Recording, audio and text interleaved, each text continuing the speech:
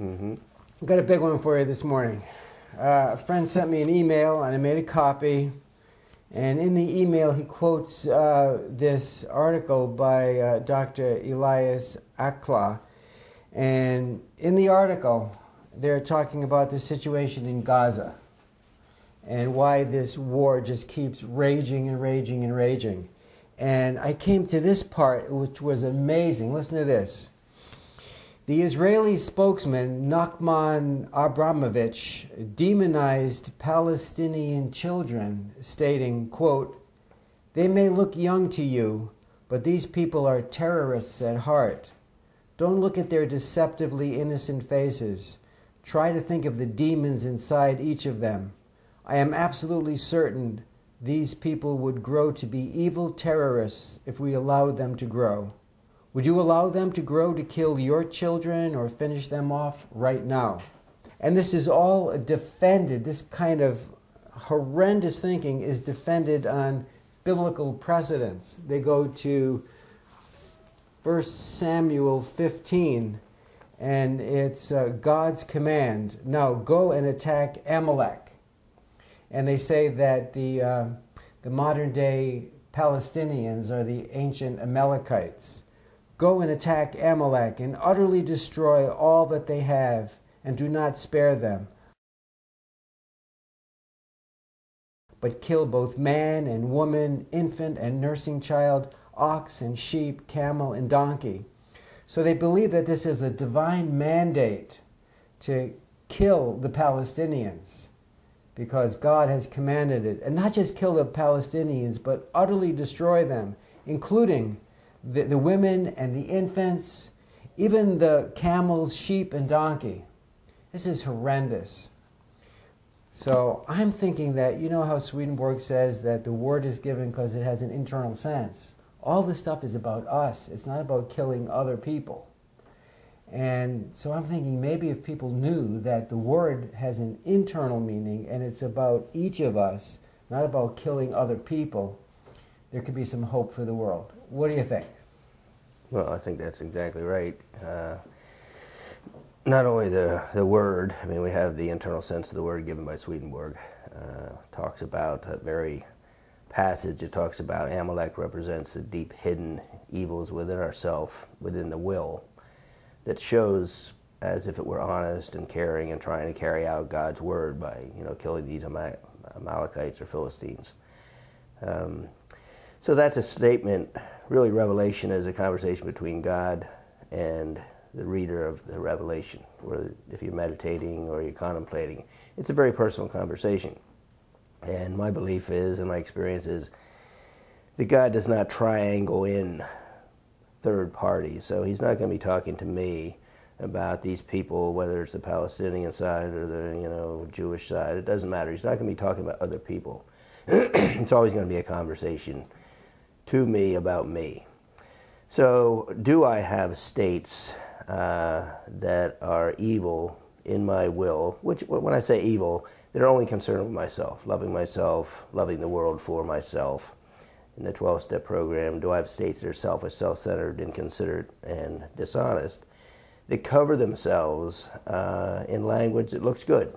But when I start to look at the feelings themselves, the anger, in this case, let's say towards the Palestinians, if I started to reflect on those feelings within myself and started to see, are they really about my religiosity, or are they really about myself, protecting myself, my nation, my property, my things, under the guise of religion? If I start that reflection process, then I can start to bring about a change at the level of cause. The ego is always going to present to you that the problem is outside of you, and that the solution is to change someone else. So even in our conversation, if we thought we were making, this presentation so that this person, the doctor, would read it and he'd reconsider and he'd look at the word differently, then you and me are doing the same thing. We're trying to affect another person rather than realize this is about you and me. I have states like that. You have states like that. I have states like that often. And at that level, if I start to look at the loves of self and loves of the world within myself and my own selfishness at the deepest level, objectively and honestly, Do I have children that need to be killed at that level? Do I have just emerging new affections for myself, new awarenesses of ways I can make my wife wrong and make myself right? Yeah. Do I have animalistic type of affections? Yeah, I have them. And if I reflect on them, do they have to be blotted out from the face of the ego in order for God's children within me to come real loves of the Lord, loves of the neighbor? Yes, I have to do that. It's going to look like it's about something outside.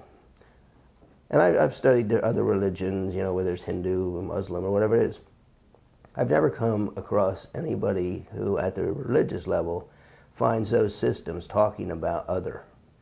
They're always talking about that which is spiritual, and that which is spiritual is your thinking level, and that which is celestial is your affectional level. So it's always a conversation about you.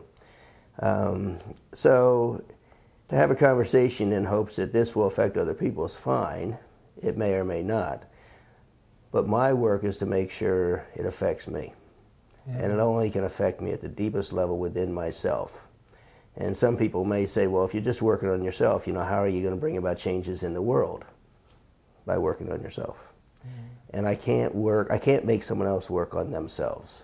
I can't make this man even pay attention if he bumped into this presentation.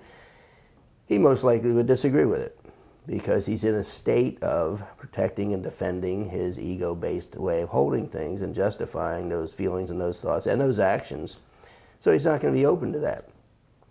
And one of Gurdjieff's saying is, your knowledge has no power, it's your level of your being. So to know this and not apply it to myself means it has very little power. If I know this and apply it to myself, and it really starts to enter in the way I live, so I really am asking God to relieve me of those states that are represented by the Amalek, then my being changes. I have more of God in me and less of me in that. And that has more power even if I'm not saying anything to you, even if I just happen to be walking by and being near you. I believe that's where the power is going to come from. And there's such a temptation, especially in religiosity, whether you go back to Charlemagne and the Inquisitions and all that. In the name of religion, we defend ourselves. And I love the drug of being right, and I love the drug of being righteous. That's why I love to find a guy like this and statements like this, which are so obviously wrong, that I can feel so obviously superior and so obviously right, and eliminate him from blot his ideas and his way of thinking, his way of talking out of the surface of the earth. Oh, blessed are the humble, blessed are the peacemakers. In my kingdom, the least is the greatest. And the least is to be where you are, doing what you're doing. You're just 1 in 6 billion. Just do your job well. And then trust that if you do your job well, that's the best you can do for you, and you can't do someone else's job anyway. Wow. And you can't do it well. So. It's really great. Thanks, Pete. All right.